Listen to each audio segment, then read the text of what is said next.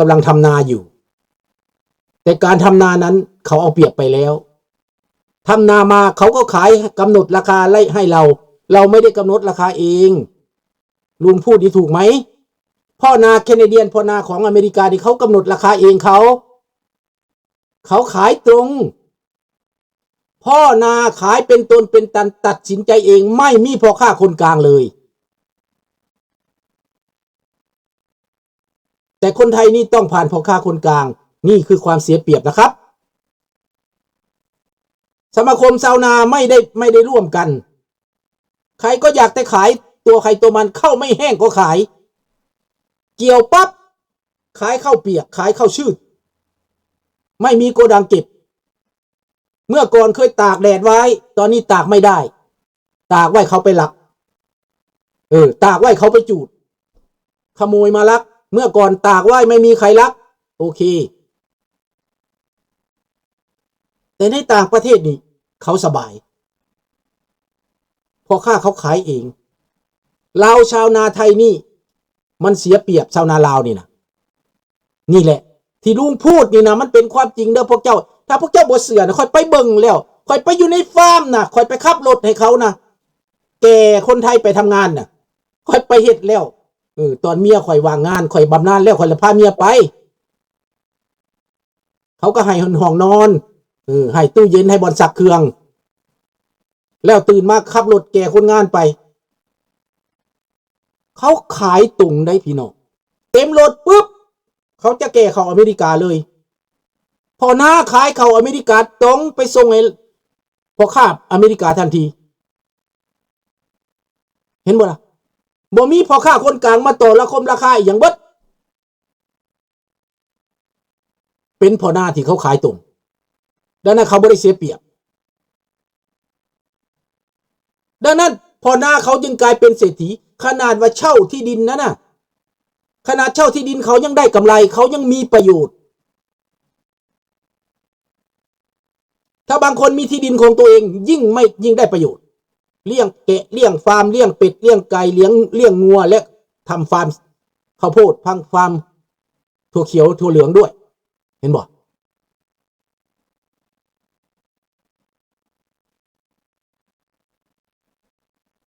บ่มีนายหน้าได้กับบ่มีนายหน้ามากินกับไรแม่นแหละประชาชนต้องซื้อข้าวสารมาขายเองไม่ใช่ถ้าประชาชนนะตั้งบริษัทเป็นกลุ่มบ้านนี่นะเก็บมาแล้วก็สีแล้วก็ติดใส่กระสอบติดสติ๊กเกอร์แล้วก็ขายติดต่อในพอค้าอยู่ในต่างประเทศพุ่นให้เขามาซื้อแล้วเขาก็จ้างคนเองเขาเห็นบ่ล่ะพวกเฮือก็ได้ประโยชน์พวกโรงสีก็ได้ประโยชน์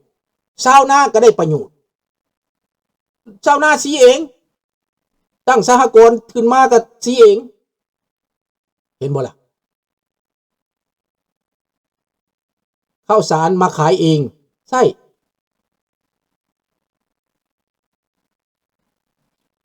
ทุกวันนี้เริ่มสีข้าวส่งขายเองแล้วครับนี่ดีแล้วถ้าหูจักกระสันนะมันดีแล้วสีข้าวใส่สางเก็บไว้เองบ่ได้ไปเก็บหลายบ่อนเดียวเก็บแล้วมันก็บ่ตกมอดคันเฮาเก็บเองเป็นน่ะเฮ็ดสางข้าวเองกวดสอบเองบ่ได้ตกมอดขายไปยามน้ำท่วมประเทศจีนต้องการข้าวขายส่งจีนยามลาวน้ำท่วมขายส่งลาวยามแก้วน้ำท่วมขายส่งแก้วเห็นบ่ล่ะข้าวปลอดสารพิษด้วยนี่ถ้าเข้ามาปลอดสารพิษนะสมมุติลุงเคยซื้อเปาหนึ่ง40เจ้ามาขายลุงเปาหนึ่ง50ลุงซื้อเปาละ50ได้เห็นบ่เนาะพี่น้องลูกหลานบัดนี้จะมาเว้าถึงรัสเซ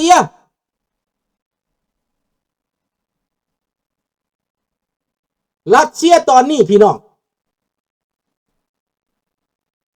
ไปตีโปรกอบเอาทหาร100 กว่าพันคนไปล้อมโปรกอบสิยุดให้มันได้สิมาอวดอ้างโดนัลด์ทรัมป์สิมาต่อรองอยู่ในตุรกีเพื่อสิยุติสงครามเพื่อสิอ้างว่าตัวเองชนะ แต่คนไปตายมหาศาลพี่น้องยึดได้เมืองเล็กๆน้อยๆแต่ตายเป็น30-40 พันคนแล้วบาดเจ็บบ่นับทหารแตกทับมันบ่อยากตีซึกแล้วเดี๋ยวนี้นะยิงมาใส่ยูเครนใส่อาวุธทุกชนิดที่ทำลายไฟฟ้าเขาสิให้มันมืดบอดเท่ารัสเซียได้ยูเครนเอาคืนพี่น้องเบนกรอดตุบเซไฟฟ้าไครเมียมืดตึ๊บพี่น้องมอสโกมืดตึ๊บ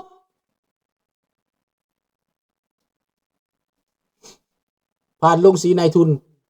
บุกราคาแมนแล้วกดราคาแมนบาทนี่พี่น้องรัสเซียเว้นกรรมตามสนองเองยูเครนใส่จรวดเนปตูนใส่ฟลามิงโกใส่ยังอีกจรวดผู้ต้าบอกพี่สังตัวสียิงสนามรบนะไฟใหม่เป็นจุนพี่น้องไฟใหม่เดี๋ยวนี้ใหม่ยังบ่มอดอยู่ในไครเมียนะรัสเซียกระวุ่นกระวายแล้วเดี๋ยวนี้นะกระวุ่นกระวายแล้วจะฆ่าเพิ่นตัวตายตั้งแต่ก่อนยูเครนนี่หลับท่าเดียวบักโปรตีนยิงอย่างมากก็หลับท่าเดียวมีแต่ไปหาแบตเตอรี่หาอาวุธมาต้านไฟทางอากาศยูเครนบ่มีอันตอบคืนขอตั้งแต่อาวุธตั้งแต่อเมริกาโดนัลด์ทรัมป์โจไบเดนฮอดโดนัลด์ทรัมป์ขออาวุธขอจากยุโรปขอจากฝรั่งเศสขอจากอังกฤษขอจากเยอรมันขอจากโปแลนด์แต่ตอนนี้ยูเครนทำเองได้เฮ็ดเองได้แล้วใส่จรวดฟลามิงโกซัดเข้าไป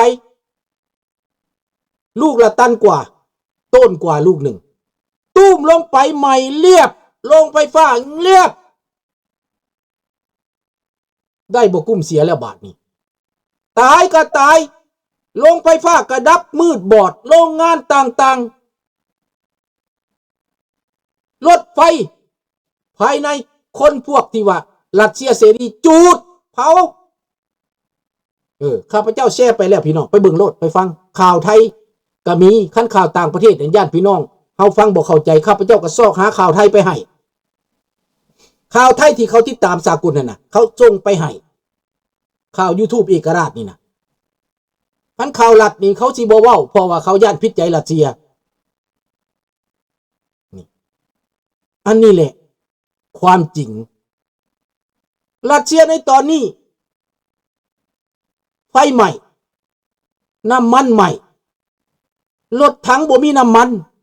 รถลำเลียงบ่มีน้ำมันลำเลียงเข้าไปโดรนใหม่เบิดจูดทุบไผสิทนกันได้ประชาชนรัสเซียซิมกันแล้วปากกันสิบสับแล้วในตอนนี้นะผู้ใดแลน้ำรัสเซียผู้นั้นหายนะพี่น้อง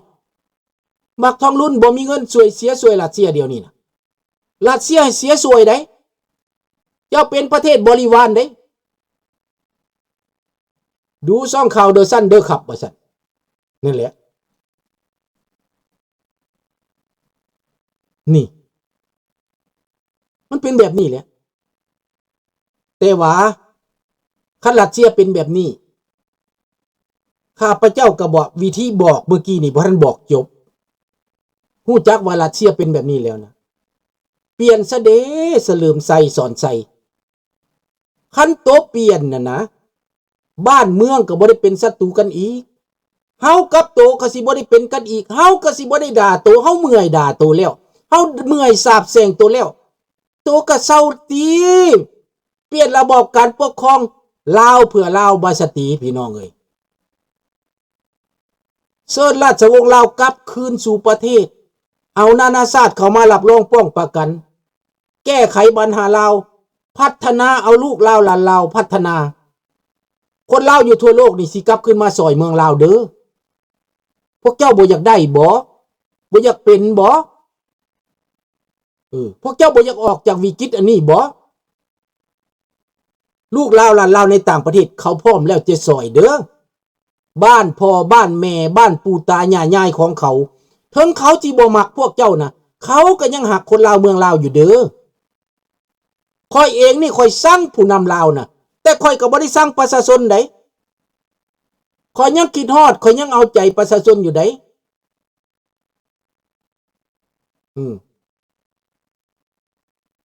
เอาไปให้เจกให้แจวเบิดบอกยึดคืนไล่หนีเจกกระเซินเขากับประเทศพวกสแกมเมอร์สแกมหมอกนะเจ้าสิมาตั้งไว้เฮ็ดหยังเปลี่ยนบ่ได้แก้วเหยียบคอแม่นบ่ล่ะคันเปลี่ยนบ่ได้นี่ก็เตรียมรอคอยคือกับพวกรัสเซียเสรีนะรัสเซียเสรีเขาเฮ็ดจังได๋เขาเจ้าเฮ็ดจังซั่นเด้อลูกเอ้ยหลานเอ้ยพวกเจ้าก็ลาวเสรีเด้อรัสเซียเฮ็ดบ่ได้เจ้าก็เฮ็ดแบบนั้นแหละก๊อปปี้เด้อให้ก๊อปปี้รัสเซียเสรีเด้อลูกเอ้ยของจีนเป็นจังได๋เฮ็ดจังได๋มันสิเป็นขี้เถ้าเนาะรถก็เป็นขี้เถ้าบ้านก็เป็นขี้เถ้าผลประโยชน์ของจีนก็เป็นขี้เถ้ามึงอยู่ก็อยู่ไปโลดเซินมึงอยู่น้ำขี้เถ้านี่แหละผลประโยชน์มึงจิบหายเบิดแหละเฮาต้องด่าต่อไปแม่นบ่ด่ามันต่อไปแม่นบ่นี่ข้าพเจ้าเชื่อในว่ามีการเปลี่ยนแปลงพี่น้องตกใจนะพอตู้ถ้ำย่านพอตู้ถ้ำพิษป้าเฮาก่อนย่านเราหนีป้าเฮาก่อนสบายดีทองวันคันปตถ้ำบ่หนีป้าเฮานี่นะแนวใดเฮาก็ได้คืนบ้านเฮาแน่นอนข้าพเจ้าเชื่อว่าเฮาได้กลับบ้านเฮาแน่นอนเฮายังมี2พระองค์ที่เดินสายอยู่เจ้าฟ้าทรายสุริวงศ์สว่างเจ้าทายาสว่างเป็นขวัญใจของพี่น้องประชาชนลาวทั้งประเทศทั้งนอกทั้งในยังรอคอยพระองค์อยู่ขอพระองค์จงเจริญขอพระองค์จงเจริญเจ้าฟ้าทรายสุริวงศ์สว่างนำบทบาทเหมือนดังพระเจ้าฟ้างุมทอดโหมแผ่นดินลาวตอนนี้พี่น้องลาวต้องอุ้มโอบเอาเจ้าฟ้าทรายสุริวงศ์สว่างนี้ให้พระองค์นำบทบาทรวมชาติรวมแผ่นดินสร้างแผ่นดินใหม่สร้างความคิดใหม่อยู่ไสก็แล้วแต่ทุกกลุ่มการเมืองทุกพรรคการเมืองฝากไปถึงการจะตั้งต่างๆฝากไปถึงสถานีโอเวอร์ซีฝากไปถึงสถานีของฟรีดอมทีวีฝากไปถึงลาวโอเวอร์ซีต่างๆองค์การต่างๆนั้นองค์การลาวห่วมใจองค์การยังกะยาที่กำลังเดินอยู่เดี๋ยวนี้ให้เป็นน้ำหนึ่งใจเดียวกันเพื่อเป้าหมายประชาชนเดียวกันเพื่อพระเจ้าแผ่นดินองค์เดียวกันเพื่อเสรีภาพและประชาธิปไตยข้าพเจ้าจะเป็นปากเป็นเสียงให้พี่น้องประชาชนข้าพเจ้าจะเป็นปากเป็นเสียงให้ราชวงศ์ล้านสร้างห่มขาวข้าพเจ้าจะเป็นผู้เสื่อมจิตใจคนลาวที่แตกแยกกันมาที่บ่เข้าใจกันให้เป็นน้ำหนึ่งใจเดียวกันข้าพเจ้าจะเสื่อมจากพี่น้องมงถึงพี่น้องลาวเสื่อมจากพี่น้องลาวถึงพี่น้องมงจากพี่น้องไทยดำถึงพี่น้องลาวจากทุกกลุ่มทุกฝ่ายอย่าแยกเฮาแยกกันเฮ็ดแต่รวมกันตีรัฐไผรัฐมันรวมโตกันได้แล้วก็ไปบ่อนเดียวเชิญพระองค์มาทุกรัฐทุกสมาคมรวมมือนี่อนาคตต้องเป็นจังซั่นแล้วมหาอำนาจเขาจะเห็นความสำคัญของลาวเฮาโธ่คนลาวนี่ยังมีผู้นำอยู่เนาะค่อยคิดว่าบ่มีผู้นำแล้วอีตาถ้ำลาวสิว่าเด้ประธานในบุรีถ้ำแล้วว่าห่วยเขาก็มี leadership ได้ลาวนี่นะเขามีของดีได้ลาวนี่นะมันสิต้นบานลามักแตงสร้างหน่วยปลายเด้อพี่น้องเด้อ